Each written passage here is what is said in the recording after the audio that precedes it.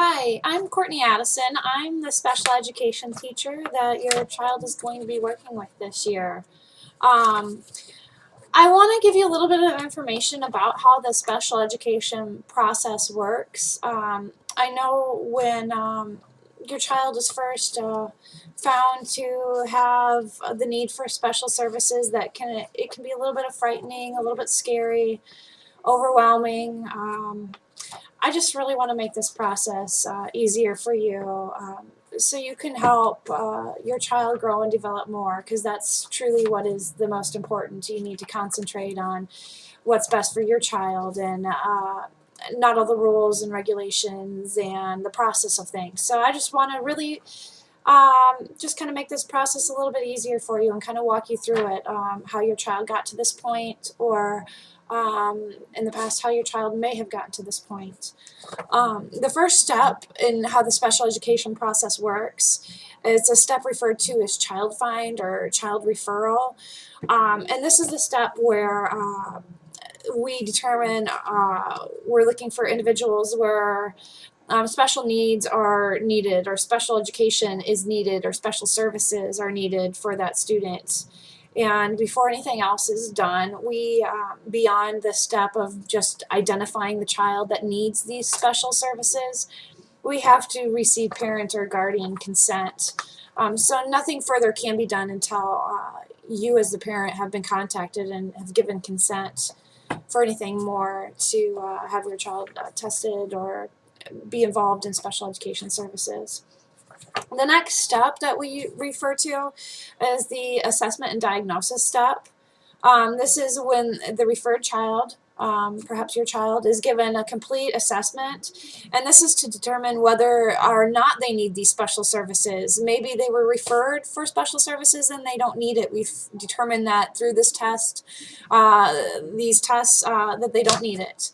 Or maybe through these tests we've determined that they do need it, and it actually guides us as to where they may need their individualized special services. And once again, we need your parental consent or guardian consent to give these tests to your student or to your child. The next step is just the classification step. This is where the results from the assessment tests and diagnoses are gone over with the parents and with individuals that are going to be involved in your child's education team. This is where we discuss the steps and discuss your child's assessment with you, the results, like I said, with the team, the education team, otherwise known as your child's IEP team, Individualized Education Program team, process team.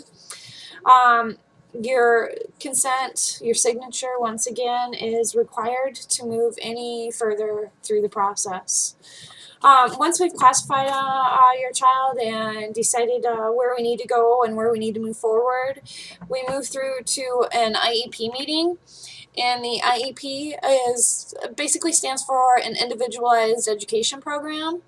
And that is just like I've documented before, let you know before, is that it's just a document that we develop as a team to help guide us so your child can meet those educational goals.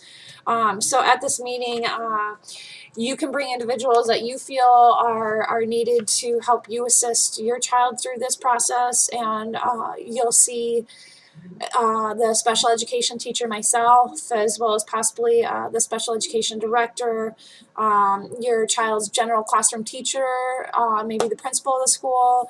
There are just a few individuals that can be involved. And once again, if you feel that other people need to be involved that are pertinent to you, to your child's needs, please feel free to bring them. Any information about your child helps us greatly. Like I said, this plan helps guide the instruction and the process and the assessment of your child for that year. And the IEP team meets every year to discuss your child's needs, because your child is growing and developing, and we want to make sure we stay on top of that, and our educational goals for your child reflect the growth and development that they have made throughout the year. And the next step, and it's kind of involved in the IEP meeting, is the placement. And that's where your child is going to receive these special education services. That's where they can receive the services either in the general classroom, whether they need to go to the resource room for a couple periods during the day, or whether they need to be in a general pull-out program for most of the day to receive those services. We just want to determine the best appropriate place for your child to receive the most appropriate services to have your child grow and develop throughout that year.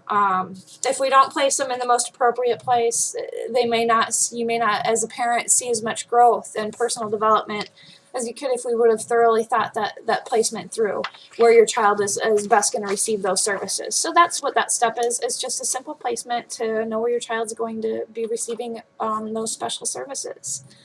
And the last step that we do is just basically, once again, with the IEP team, and it's a yearly evaluation. We go through that IEP, that your child's educational document, every year to determine whether or not they still need services, for one, whether those services need to be changed, and what we need to do to change those services. So that's what we're doing in that yearly evaluation. Every year we are going to reevaluate your child's IEP document and ensure that your child is getting the best possible services and supports that we can provide at the school for your child. And past or beyond the yearly evaluation, there is the 3-year eval, and that's just where your child is going to be evaluated, and they give more thorough testing to determine whether they are still eligible for special education services. And that's something that only needs to be done every 3 years, and it's once again just evaluating whether they need the special education services for them. It's not the yearly evaluation that is the yearly evaluation determining their IEP and what goes into their IEP as far as educational goals for that year. So it's really pretty simple. I know it can be intimidating and, like I said, scary, and don't let it be. We're here to help your child grow. We care deeply about your child. That's why we're here in this profession. That's why we work at this school. We want to see just as much growth and development as you as the parent want to see. It really makes us feel successful as teachers and as individuals. So if you have any questions, you have the school's phone number. Feel free to give me a call anytime. Or you also have my email address, and feel free to drop me an email anytime any questions arise. I'll be more than happy to go over those with you. Thanks so much, and I look forward to working with you and your lovely child this school year. And any questions, give me a call. Thanks.